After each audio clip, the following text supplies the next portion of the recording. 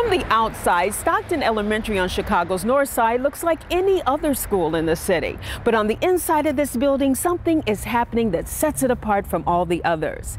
Through the hard work and determination of one teacher here, the students at Stockton, specifically those with special needs, are the recipients of a fantastic new therapy, the likes of which some have never seen or experienced before.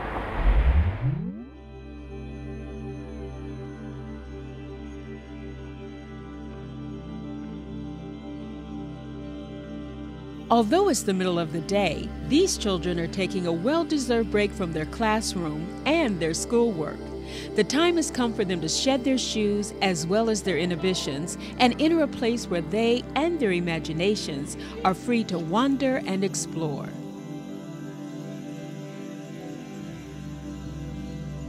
They arrive in small groups to what on first glance appears to be a rather stark but modern-looking indoor play area. However, once the lights are dimmed, this place transforms into a room so unique that only 2 such places exist within the entire Chicago public school system. This is called a Snoezelen room. It was a concept that was developed in Holland in the 70s by a psychologist who wanted to give a more sensory atmosphere for people with developmental disabilities. Marilyn Sandler, a veteran teacher and speech therapist, brought the idea of Snoezelen to Stockton after receiving a grant and traveling to Israel to learn from one of the world's foremost experts in this emerging field. We visited a place outside of Tel Aviv, and we walked in, and it was just amazing. It was calm, it was relaxing, and they brought children in, and the children were so calm, and she said that they had great experience of the kids starting to talk, and the parents loved it. They had therapy in the Snoezelen room, and it was just great.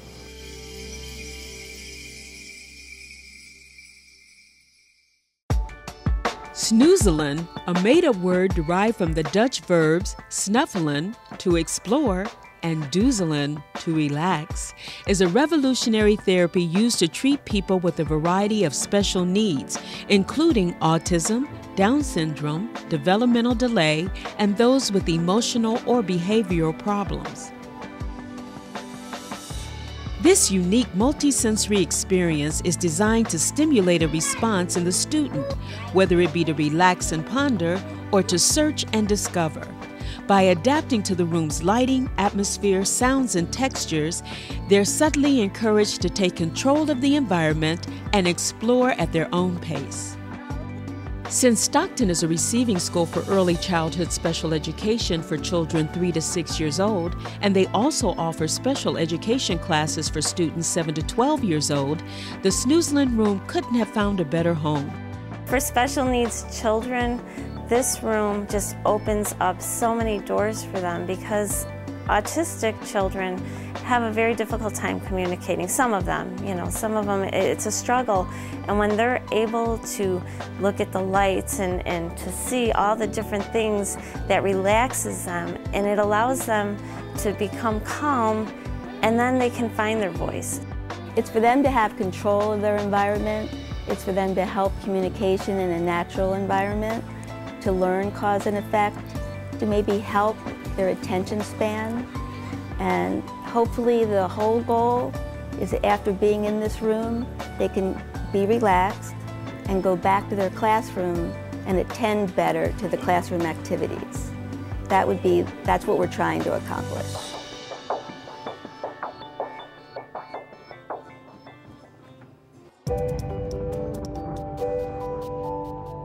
It was while studying the concept in Israel that Marilyn came up with the idea that Stockton could use a Snoezelen room of its own. Back in Chicago, however, she soon realized that knowledge of the subject and the inspiration to have one weren't the only thing she'd need to achieve her goal. Snoezelen rooms are expensive to build, and she wasn't even sure she'd have a place to put one even if she did have the money.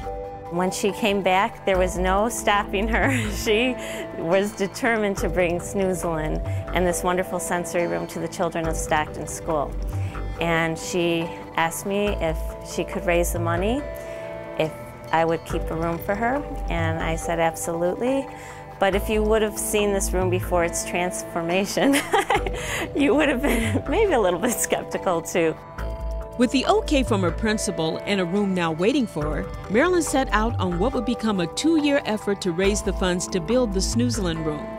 Her quest began when she sought out then CEO of Chicago Public Schools, now Secretary of Education, Arne Duncan. He loved the idea and promised that CPS would match any funds she raised. Marilyn then reached out to the Washington Square Health Foundation, a local organization that helps promote access to adequate health care by providing grants to various causes. They stepped up in a big way, and along with a few private donors and the matching funds from CPS, Marilyn finally had enough money to build her Snoezelen room. Construction got underway in October of 2008 and continued through the winter. Finally, in March of 2009, Stockton's Snoezelen room became a reality, and its impact was felt, seen, and heard almost immediately. Everything in the room is interactive. The children, it's all self-discovery. We're not telling them what to do. Each child finds what they need within the room, and it helps comfort them, and it helps them explore, and it helps them control their environment. These children don't have any control of their environment. A lot of them are nonverbal, so every need and want is the adults give it to them. This room, they can do what they want, and they've been using more language. So we've just had great results.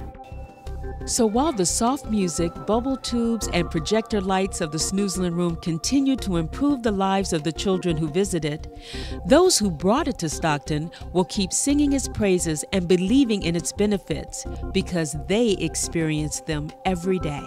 When you can see kids that weren't able to speak before speak their first word, it's amazing. I mean, I can't even tell you how incredible and how touching and emotional it is. And she's opened up a world for our kids. It's all these little things. They're just smiles all the way around. They're as happy as can be in here. It's good for their self-esteem. Everybody wants to feel happy.